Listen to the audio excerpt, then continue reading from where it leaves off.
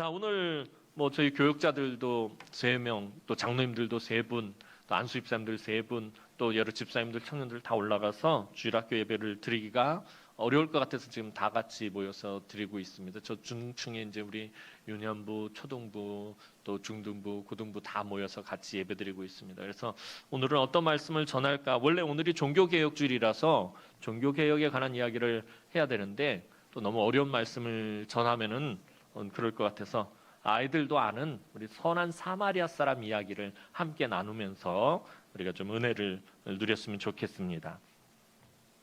예수님께서 공생의 기간에 열심히 사역을 하고 계시는데 한 율법사가 예수님을 찾아와서 질문을 합니다. 근데 이 율법사란 율법을 연구하고 공부해서 율법에 대해서는 박사처럼 아주 박식한 사람이었습니다. 이 율법사는 예수님에게 예수님, 내가 무엇을 해야 영생을 얻을 수 있겠습니까? 라고 질문을 합니다. 또 쉽게 이야기하면 예수님, 내가 어떻게 해야 천국에 들어갈 수 있겠습니까? 라고 묻는 것과 마찬가지였습니다. 그러자 예수님은 답을 직접 하시지 않고 도리어 그 율법사에게 질문을 하십니다. 아, 그러냐? 그렇다면 율법에는 뭐라고 기록이 되었느냐라고 율법사에게 반문하십니다. 율법사는 이런 주님의 질문에 아주 의기양양하게 대답을 합니다. 왜냐하면 자신은 율법사이기 때문에 어려서부터 계속해서 율법만 연구하고 공부해왔기 때문에 예수님보다 자기가 율법을 더 잘 알 것으로 생각했기 때문이었습니다. 그리고 율법사는 아주 당당하게 신명기 6장 5절과 레위기 19장 18절 말씀을 인용해서 이렇게 대답을 합니다. 네 마음을 다하며 목숨을 다하며 힘을 다하며 뜻을 다하여 주 너의 하나님을 사랑하라 하고 또한 내 이웃을 내 자신과 같이 사랑하라 하였나이다. 예수님, 성경에는 하나님을 마음과 뜻과 정성을 다해서 사랑하고 이웃을 네 몸과 같이 사랑하라 이렇게 말씀하고 있나이다 라고 대답을 합니다. 그러자 예수님이 그래, 그 대답이 옳구나 라고 말씀하셨습니다. 그러자 율법사는 더욱 으쓱해서 다시 질문을 합니다. 그렇다면 예수님, 내 이웃은 누가 되겠습니까? 누가 나의 이웃이 되겠습니까? 라고 질문을 합니다. 유대인들에게 있어서요, 이 이웃이라는 개념은 굉장히 좁고 협소한 개념입니다. 매우 제한적입니다. 이방인은 이 유대인의 이웃이 될 수 없고요. 같은 이스라엘 사람이라도 죄인들, 즉 율법을 범한 사람들, 율법을 지키지 않는 사람들은 이웃이 될 수 없었습니다. 율법사의 이 질문에 대답하시고자 누가 나의 이웃이 되겠습니까? 참된 이웃은 누구입니까? 라는 이 질문에 대답하시고자 이제 예수님께서 한 가지 비유를 말씀하십니다. 그것이 바로 오늘 본문인 선한 사마리아 사람의 비유입니다. 자, 이 선한 사마리아 사람의 비유를 이해하려면 한 가지 배경을 알고 있어야 됩니다. 이 이스라엘 땅의 지리를 알아야 합니다. 예루살렘에서 여리고로 가는 길, 그 길에서 일어난 사건을 비유로 이야기하고 있기 때문이에요. 예루살렘은 해발 740m 정도 높이에 있는 높은 곳에 위치한 도시고요. 여리고는요, 해발 마이너스 400m 정도에 내려가 있는 아주 저 밑에 있는 그런 도시입니다. 그러니까 예루살렘에서 여리고까지의 고저 차이가 1000m 이상 되는 굉장히 이게 고저가 많이 차이가 나는 그런 것입니다. 그래서 성경에서 표현할 때 예루살렘에서 여리고로 내려간다라고 표현을 하는 거예요. 산꼭대기에서 산 밑으로 내려가는 그런 내리막길이었습니다. 그런데 이 내리막길은 길 주변에 높은 바위산들이 펼쳐져 있고요. 또 길은 꾸불꾸불하게 이어져 있고요. 또 바위산들 틈새 이렇게 숨을 곳이 많은 그런 지형을 가지고 있었습니다. 그래서 그 길은 당시 로마 총독부에서조차 손을 대지 못할 정도로 강도들의 출몰이 아주 극심한 곳이었습니다. 강도들은 사람들의 돈뿐만 아니라 입고 있는 옷까지도 모두 빼앗아갔으며 사람을 심하게 때려서 어떤 때는 사람이 죽기도 하였습니다. 그래서 그곳은 이스라엘 최대의 우범 지역이었습니다.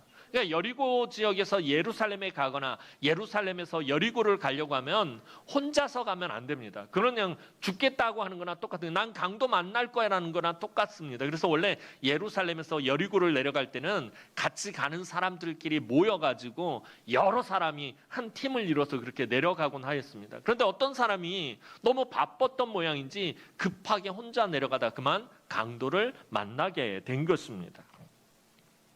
예수님께서는 이런 지리적 특성과 또 사마리아인과 유대인의 관계를 배경으로 지금 예화를 들려주십니다. 사마리아 사람하고 유대인들은요, 서로 아주 원수같이 지내는 그런 관계였습니다. 왜 이들의 관계가 이렇게 원수처럼 되었느냐 하면, 원래 이 이스라엘은 통일한 나라였는데 솔로몬이 죽고 르호보암 때 북쪽 이스라엘과 남쪽 유다 왕국으로 나뉘어지게 됩니다. 그런데 북쪽 이스라엘은 남쪽 히스기야 왕 때에 아수르에 의해서 멸망을 당합니다. 그런데 이 아수르의 정책이 뭐였냐면 혼혈 정책이었어요. 민족의 정체성을 없애기 위해서 이 사람 저 사람 막 섞어서 결혼을 시키다 보니까 북쪽 이스라엘 땅에는 순수하게 이스라엘 혈통을 지키는 사람들이 얼마 남지 않고 다 혼혈이 되어버렸어요. 주변의 이방인들, 아수르 사람들, 또 메대 사람들, 바벨론 사람들, 애굽 사람들, 이곳저곳 사람들과 다 혼혈이 되어버린 그런 상태에 있었어요. 그런데 남쪽 유다는 그로부터 한 150년, 200년 뒤에 바벨론에 멸망하고서는 바벨론의 포로로 끌려갔지만 남쪽 유다 백성들은 여러분들이 잘 아시는 것처럼 혈통을 잘 유지하고 보존하고 다시 예루살렘으로 돌아오게 됐어요. 근데 예루살렘에 딱 돌아와서 보니까 이 북쪽 이스라엘 땅 사마리아 지역에 살던 사람들은 엉망진창인 것이에요.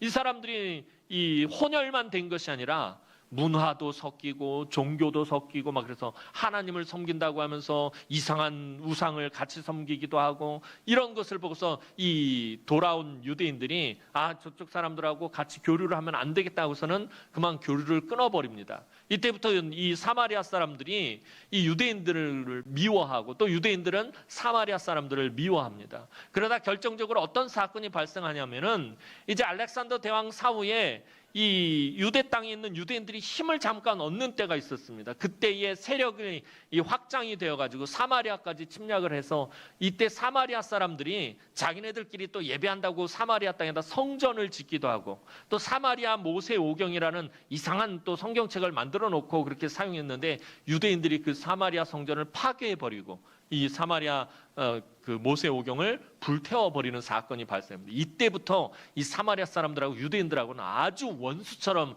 지내게 됩니다. 그런 배경을 가지고 복음서에 들어온 그런 시대적 배경을 갖게 됩니다. 그러니까 이런 지리적 특성과 사마리아인과 유대인의 관계를 배경으로 오늘 이 예화, 한 예수님이 들려주시는 비유를 이해해야 합니다.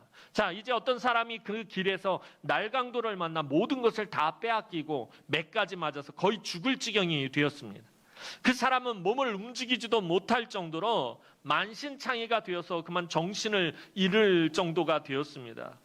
무엇을 말하는 것입니까? 이 사람은 다른 사람의 도움을 아주 절실히 필요한 상태가 되었다는 거예요.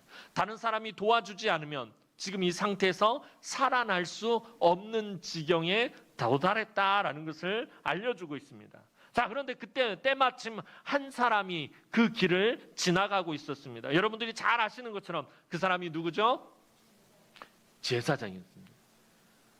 아까 성경을 교독했는데 이렇게 다들 자, 다시 한번 묻겠습니다. 자, 앞에 건 다시 리셋하고, 자, 그때 때마침 한 사람이 지나가고 있었습니다. 자, 그 사람이 누구죠? 옳죠. 자, 제사장은 백성들을 위해서 하나님을 섬기는 직분에 있는 사람이었습니다.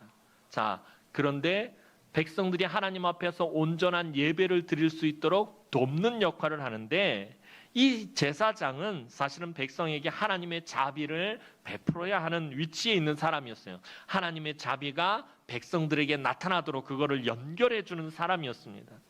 자, 이러한 제사장이 등장합니다. 이 이야기를 듣고 있던 주변 사람들은 마음속으로 이 제사장이 그 강도 만난 사람을 도와줄 것이고 그가 자비를 베풀 것이다 라고 생각했을 것입니다.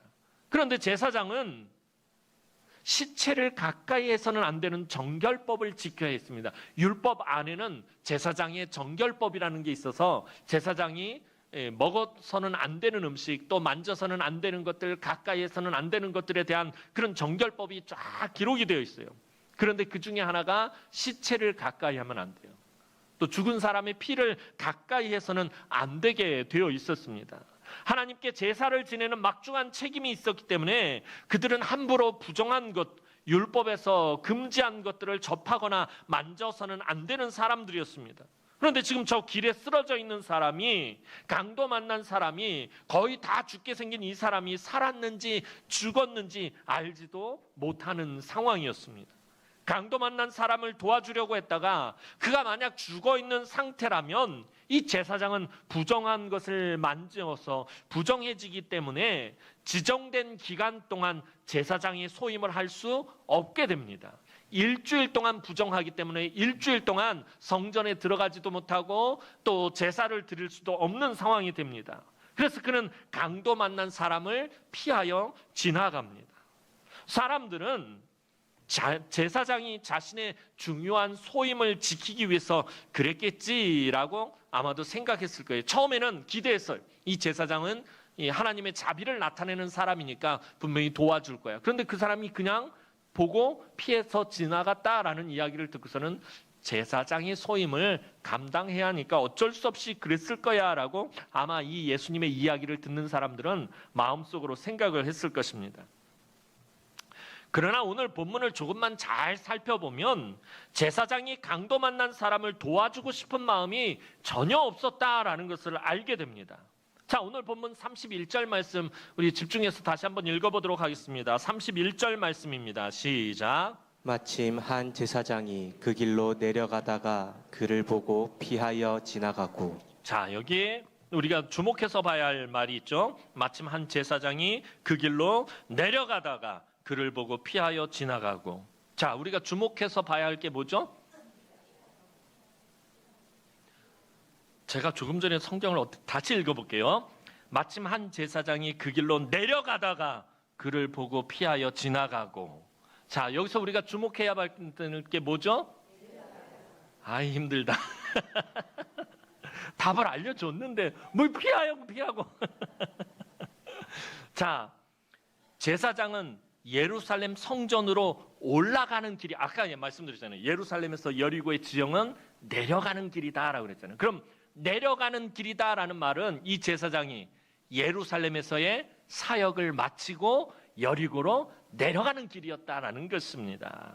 그러니까 제사장은 성전에서 자기 일을 다 끝낸 상태였다라는 것입니다. 성전에서 자기 일을 하기 위해 올라가는 상태가 아니라 일을 마치고 내려가는 길이었습니다. 설령 그가 예루살렘으로 올라가는 길이었다 하더라도 그는 강도 만난 사람을 내버려 두어서는 안 되는 일입니다.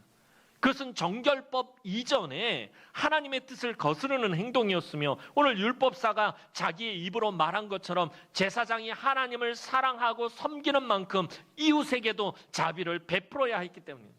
주 너희의 하나님을 마음과 뜻과 목숨과 생명을 다하여 정성을 다하여 사랑하고 내 이웃을 내 몸과 같이 사랑하라. 율법에 그렇게 기록이 되어 있습니다 라고 율법사가 말했잖아요. 그렇다면 하나님을 사랑하고 섬기는 만큼 이웃에게 자비를 베풀어야 하는 위치에 있는 사람이 제사장이었다는 것입니다.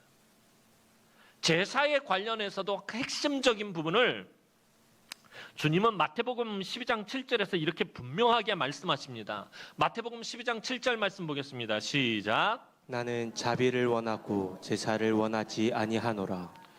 예수님께서 호세아서의 말씀을 인용해서 나는 자비를 원하고 제사를 원하지 아니하노라 라고 말씀하셨어요.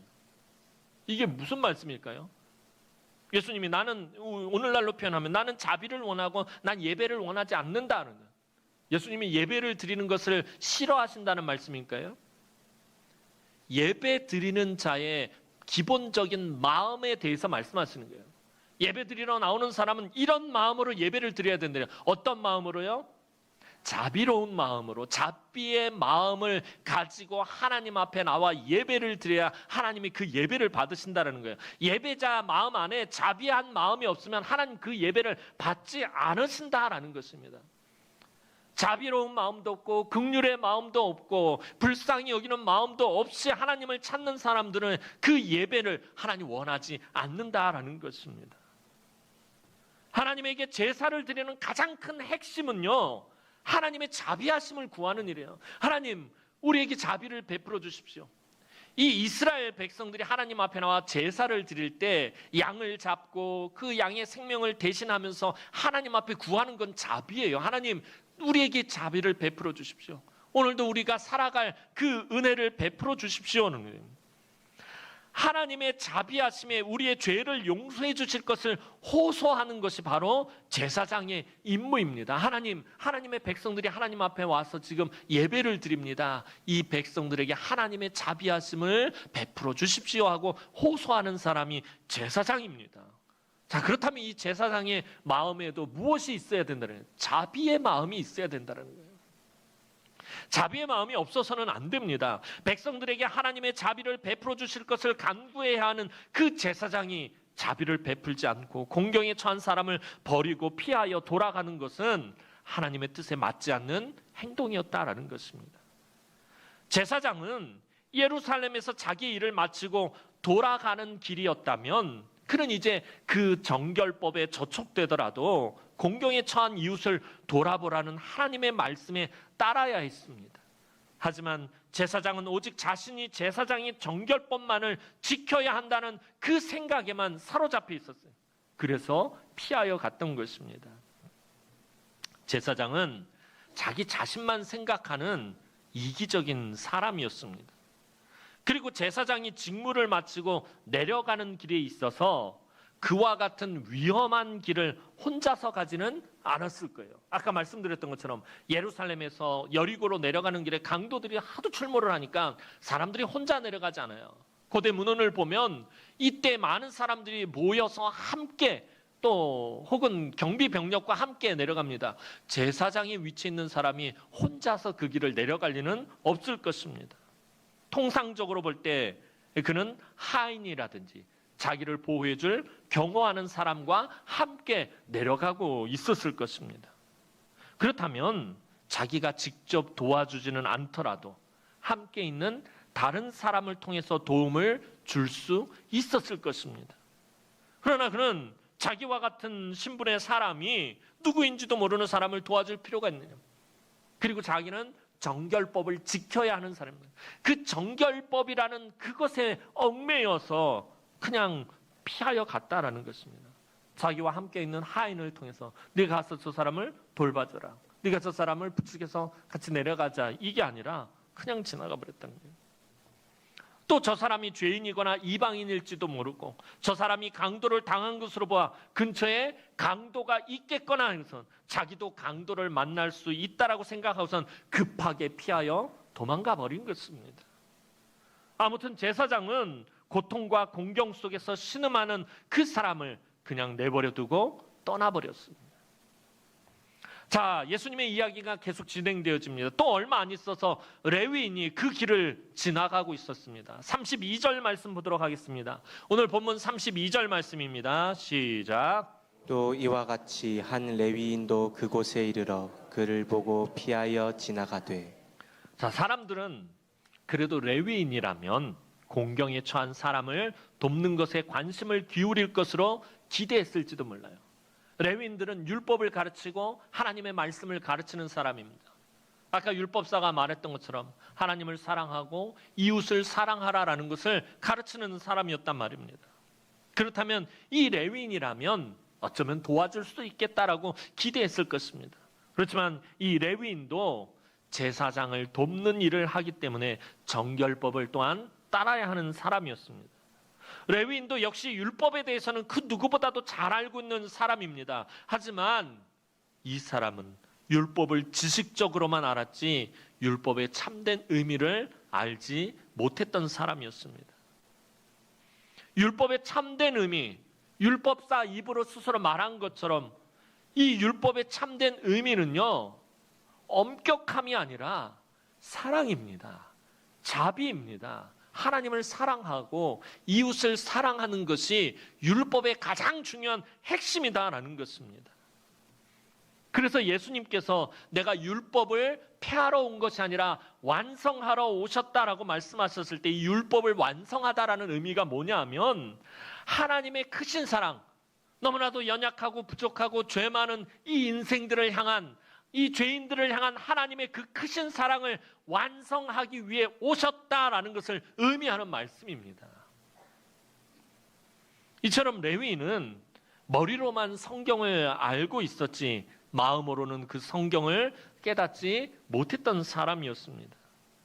여러분, 신앙은 머리로만 아는 것이 아니라 우리의 머리로 알고 있는 것이 우리의 행동으로, 우리의 손과 발로 나타나는 것입니다. 그것이 신앙입니다. 자기가 알고 있는 것을 믿지 못하거나 자기가 알고 있는 것을 행하지 않는다면 그것은 아무짝에도 쓸모가 없는 것입니다. 그래서 야고보 사도는 야고보 4장 17절에 이렇게 말씀합니다. 야고보서 4장 17절 말씀 보겠습니다. 시작. 그러므로 사람이 선을 행할 줄 알고도 행하지 아니하면 죄니라. 야고보 사도가 아주 강하게 표현을 합니다. 사람이 선을 행할 줄 알고도 행하지 아니하면 죄니라. 사실 앞에서 이 제사장과 레위인은 그 사람을 잘 살펴봤어요. 근데 그냥 피하여 갔단 말입니다. 저 사람이 지금 도움이 필요하고 저 사람이 지금 자비가 필요하다라는 것을 알고서 그냥 지나갔다라는 거예요. 야고보 사도의 표현을 빌리자면 사람이 선을 행할 줄 알고도 행하지 아니하면 죄니라. 제사장과 레위인은 죄를 범한 거예요. 여러분, 선행이 무엇인지 안다고 모든 일이 끝나는 것 아니다라는 거예요. 선한 것이 무엇인지 그걸 내가 안다, 그걸로 끝나는 것이 아니라는 거예요. 믿음이 무엇인지 내가 안다, 그게 끝나는 것이 아니다라는 거예요. 내가 성경 말씀을 잘 안다, 그것으로 끝나는 것이 아니다라는 것입니다. 그것을 실천으로, 우리의 삶으로 옮길 때에야 비로소 온전해진다라는 것입니다. 오늘 레위인은 그것을 놓치고 있었던 것입니다. 그렇게 레위인도 공경과 위험에 처한 사람을 홀로 놓아두고 그 자리를 피하여 떠나가 버렸습니다. 자, 이제 강도 만난 사람에게는 어떠한 희망도 없이 곧 죽게 될 운명에 처하게 되었습니다. 이때 한 사람이 그곳을 지나가게 됩니다. 그런데 이 사람은 유대인이 아니라 유대인이 그렇게 멸시하고 천하게 여기는, 또 유대인을 원수처럼 생각하는 사마리아 사람이 등장합니다.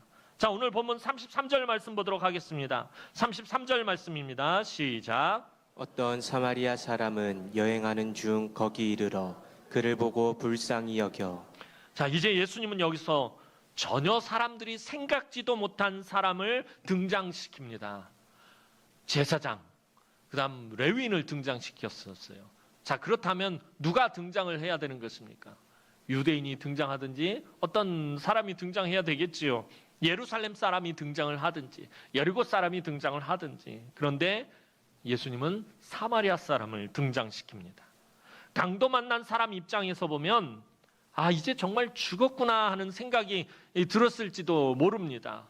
유대인에게 사마리아 사람은 그 어떤 도움도 기대할 만한 사람이 아니었기 때문입니다. 유대인들은 사마리아 사람들을 사람으로도 여기지 않았고, 사마리아 사람들은 유대인들을 원수처럼 여겼단 말입니다. 예수님이 이 사마리아 성을 지나가다가 그 우물가에 앉아있는 여인에게 물을 달라고 하자 이 여인이 깜짝 놀랍니다. 유대인인 당신이 어떻게 나한테 물을 달라고 말한 거예요? 왜 말을 것입니까? 서로 상종도 안 하는 사이가 이 사마리아 사람과 유대인이었습니다. 자, 이제 막 거의 죽기 일보 직전인 이 사람이 있는 그곳에 사마리아 사람이 등장했습니다. 그렇다면 이 사람은 아무것도 이 사람에게 기대할 것이 없는 상황이었다라는 것입니다. 그런데 유대인들이 원수처럼 여기던 사마리아 사람이 이 강도 만난 사람을 보고 어떤 마음이 들죠? 불쌍한 마음이 드는 거예요. 불쌍히 여기고 있다는 거예요. 사마리아 사람은 매우 자비로운 사람이었던 거죠. 그는 그 상황에서 할 수 있는 최선의 도움을 그 강도 만난 사람에게 베풉니다. 자, 오늘 본문 34절 말씀 읽도록 하겠습니다. 오늘 본문 34절 말씀입니다. 시작. 가까이 가서 기름과 포도주를 그 상처에 붓고 싸매고 자기 짐승에 태워 주막으로 데리고 가서 돌보아 주니라. 자, 제사장과 레위인, 도움을 기대했던 제사장과 레위인은 피하여 갔지만 사마리아 사람은 가까이 다가가서 응급조치와 간호를 하게 됩니다. 이 당시에 포도주는 이 소독제와 같은 역할을 했고요. 이 기름은 이제 감람유, 올리브유인데 이건 진통제 역할을 하는 그런 약과 같았다고 합니다. 강도 만난 사람의 상처가 너무 컸기 때문에 조금도 움직일 수가 없어서 이 사마리아 사람이 어떻게 하냐면 자기 짐승에 태워서 주막으로 데리고 갔다라고 오늘 본문은 말하고 있습니다. 여러분, 자기 짐승에 태웠다라는 말은 무엇을 의미하는 말일까요? 내가 나귀를 타고 가고 있다가 내려서 그 사람을 짐승에 태웠다, 자기 짐승에 태웠다라는 말은 자기는 어떻게 했다라는 거예요? 걸어서 갔다라는 거죠. 그 사람과 같이 짐승에 타고 간 게 아니라 그 사람을 자기 짐승에 태웠다라는 말은 자기는 걸어서 가야 했다라는 것을 의미합니다. 주막까지 그 사람을 데려갔을 때에도 이 사마리아 사람은 자신이 할 일을 다 했다라고 생각하지 않고 계속해서 그를 돌보아 줍니다. 사마리아 사람이 이제 다음 본문 보겠지만 그 이튿날 주막을 떠나는 것을 보게 돼요. 이 사람을 주막에다 데려다 준 다음에 그 다음날 이튿날 떠나는 것으로 보아서 그 전날부터 사마리아 사람은 이 강도 만난 사람을 밤새도록 어떻게 한 거예요? 간호한 것이죠. 밤새도록 간호했다라는 거예요. 그제야 사마리아 사람은 자기 길을 떠나게 됩니다. 하지만 그냥 가지 않고 또 데나리온 2를 주막 주인에게 주고 강도 만난 사람을 돌보는 데 사용하라고 주면서 부탁을 합니다. 자, 오늘 본문 35절 말씀 봅니다. 35절 말씀입니다. 시작. 그 이튿날 그가 주막 주인에게 데나리온 2를 내어주며 이르되 이 사람을 돌보아 주라. 비용이 더 들면 내가 돌아올 때에 갚으리라 하였으니. 자, 그 당시에 2데나리온, 1데나리온은요 노동자들의 하루 품삯을 의미합니다. 자, 2데나리온이면 노동자의 이틀 품삯이었습니다. 사마리아 사람은 자신의 이틀치 품삯을 강도 만난 사람의 경비로 지금 내어놓았던 것입니다. 그뿐만 아니라 그는 만약에 경비가 더 들면 이 사람을 돌보아 주다가 약값이든 무엇이든 밥값이든 더 들면 내가 돌아올 때 갚아주겠노라 라고 말합니다. 혹시라도 주막 주인이 강도 만난 사람을 홀대하거나 잘 돌보아 주지 않을까 해서 이 사마리아 사람은 돈을 미리 지급하였고요. 돌아가는 길에 또 들려서 강도 만난 사람의 회복 여부도 보고 추가로 지출된 경비도 다 갚아주겠다라고 말합니다. 사마리아 사람은 최소한의 자선으로 끝내려고 하지 않았다라는 것입니다. 공경에 처한 사람을 발견하고 그가 할 수 있는 모든 것을 다 행했던 것이었습니다. 이제 예수님이 이 이야기를 마무리합니다. 예수님께서는 그 율법사에게 묻습니다. 내 이웃이 누구냐라는 이 율법사의 질문에 대답해서 대신해서 누가 강도 만난 사람의 이웃이 되겠느냐라고 이 율법사에게 되묻습니다. 대답은 분명합니다. 분명해졌습니다. 자, 37절 말씀 보도록 하겠습니다. 오늘 본문 37절 말씀입니다. 시작. 이르되 자비를 베푼 자니이다. 예수께서 이르시되 가서 너도 이와 같이 하라 하시니라. 누가 강도 만난 사람의 이웃이 되겠느냐라고 예수님이 묻자 이 율법사가 대답합니다. 자비를 베푼 사람입니다. 제사장도 아니고 레위인도 아니고 자비를 베푼 사람이 그 공경에 처한 사람의 참된 이웃입니다 라고 대답을 합니다. 자, 그러자 예수님께서 가서 너도 이와 같이 하라라고 말씀하시면서 이 비유를 마무리하십니다. 여러분, 우리는 아마 이 율법사와 똑같은 시각을 가지고 바라보고 있는지도 모르겠어요. 누가 나의 이웃이 될까? 이 말이 가진 누가 나의 이웃이 되겠습니까? 하고 예수님에게 물었던 이 질문 속에는요, 누가 나에게 위로가 되고 누가 나에게 유익이 되고 누가 나에게 도움이 되겠습니까? 그 사람이 나의 이웃일 것입니다라는 이런 의미를 담고 있어요. 근데 오늘 저와 여러분들도 마찬가지예요. 여러분들에게 이웃 하면은 어떤 개념이 떠오르냐는 거예요. 예전에는 이웃 사촌이란 말이 있었어요. 그죠? 멀리 사는 친척보다 가까이 있는 이웃이 더 가족과 같다라는 의미예요. 근데 요즘은 이웃에 누가 사는지도 알지 못하고요. 층간 소음 때문에 원수같이 지내고요. 이 이웃이라는 개념이 많이 희석이 되었는데 오늘 저와 여러분들이 이웃 하면 생각나는 게 나하고 친한 사람, 나에게 잘해주는 사람, 나에게 도움을 주는 사람, 나에게 유익한 사람이 아마 저와 여러분들도 기본적으로 가지고 있는 이 이웃이라는 개념일 거예요.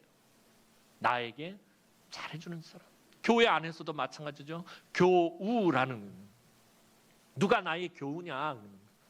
내가 교회 왔을 때 나에게 위로를 베풀고 나에게 관심을 가져주고 나를 사랑해주고 나를 위해서 기도해주고 나에게 도움이 되고 유익한 그 사람이 나의 교우다라고 우리 아마 그렇게 생각을 하게 될 것입니다. 그런데 오늘 예수님께서는 우리의 생각과는 전혀 다른 이웃의 개념을 제시합니다.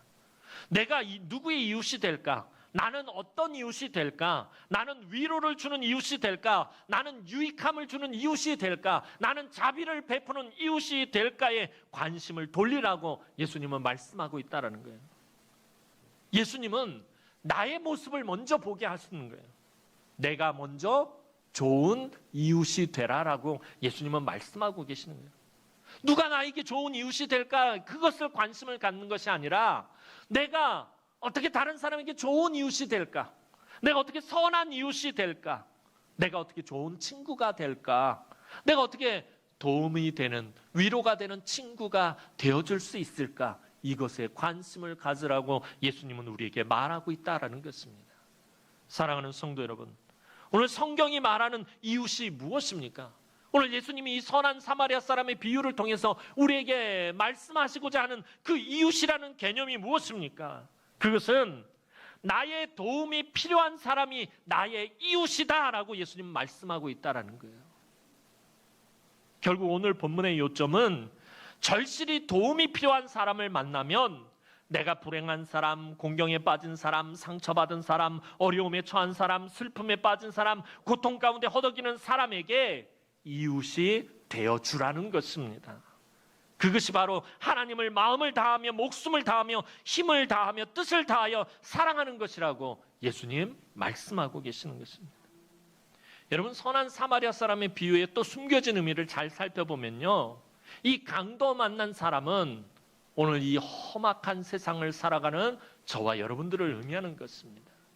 그렇다면 이 험악한 세상에서 지치고 고단하고 하루하루의 삶이 너무나도 힘겹고 낙심되며 정말 눈물이 가리지 않고 늘 근심과 걱정과 고통 가운데 살아가고 있는 저와 여러분들에게 가장 좋은 이웃, 선한 사마리아 사람 같은 이웃은 누구라는 것입니까?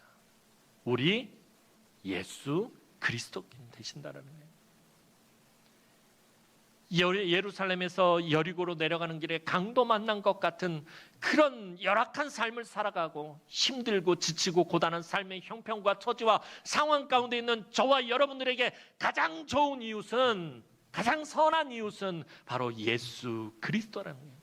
저와 여러분들을 위해서 죽기까지 당신의 모든 것을 다 희생하신 이 선한 사마리아 사람이 그저 최소한의 자비만 베푼 것이 아니라 자기가 할 수 있는 모든 것을 다 베푼 것처럼 예수님은 저와 여러분들에게 최소한의 자비를 베푸신 분이 아니라 당신의 생명까지 십자가에서 내어주신 분이셨다는 거예요. 그렇다면 오늘 저와 여러분들에게 가장 좋은 이웃, 가장 선한 이웃은 바로 예수 그리스도밖에 없다라는 것입니다. 그런데 그 가장 좋은 이웃, 가장 선한 이웃인 예수 그리스도께서 오늘 저와 여러분들에게 뭐라고 말씀하십니까? 가서 너도 이와 같이 하라. 내가 너희를 사랑한 것 같이 너희도 서로 사랑하라 라고 예수님 말씀하시잖아요. 내가 너희에게 선한 이웃이 되어준 것처럼, 내가 너희에게 위로자가 되어준 것처럼, 내가 너가 힘들 때 너와 함께 했던 것처럼 너도 가서 그렇게 해라라고 예수님 오늘 저와 여러분들에게 부탁하고 있다라는 것입니다. 여러분, 야고보 사도는요, 야고보 2장 17절에서 행함이 없는 믿음은 그 자체가 죽은 것이다 라고 말하고 있어요.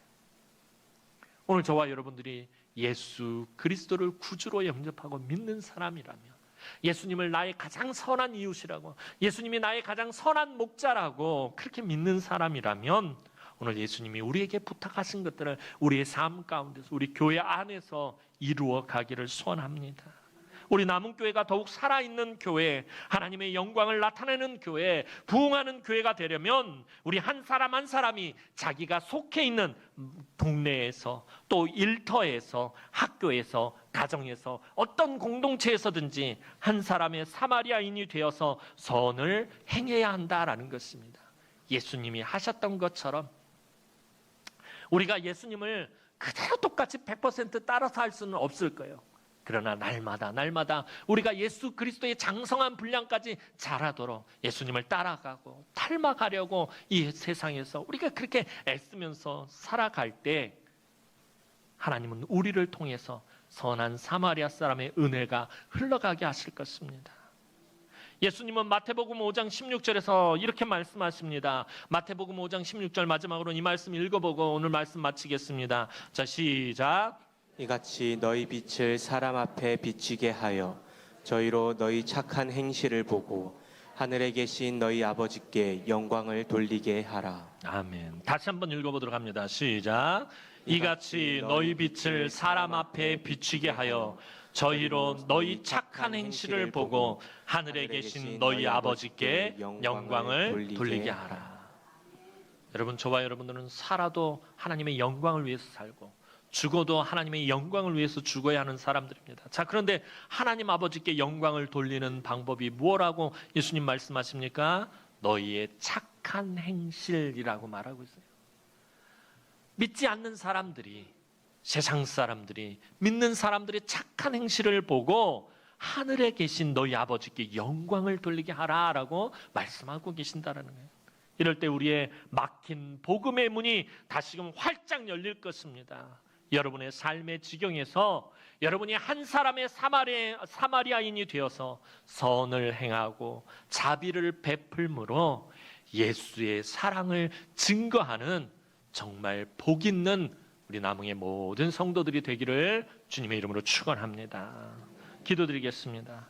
사랑과 은혜가 많으신 아버지 하나님, 은혜와 사랑을 진심으로 감사를 드립니다. 하나님, 이 험한 세상에서 참 지치고 고단하고 힘든 인생을 살아가는 우리들에게 강도 만난 사람과 같이 정말 때로는 낙심하고 절망하고 거의 죽은 것과 같은 그 삶의 형편 속에서 우리의 선한 이웃 예수 그리스도밖에 없음을 알게 하시고 그 예수 그리스도의 그 선함과 그 자비하심을 늘 우리의 삶 가운데서 나타내고 증거하는 삶을 살아갈 수 있도록 하나님께서 은혜를 베풀어 주시고 늘 아버지 하나님 우리 성도들을 하나님 위로하시고 은혜를 베풀어 주시며 선한 이웃인 예수 그리스도께서 우리 성도들의 삶에 늘 가까이 함께하여 주옵소서. 감사드렸고 예수님의 이름으로 기도하옵나이다. 아멘.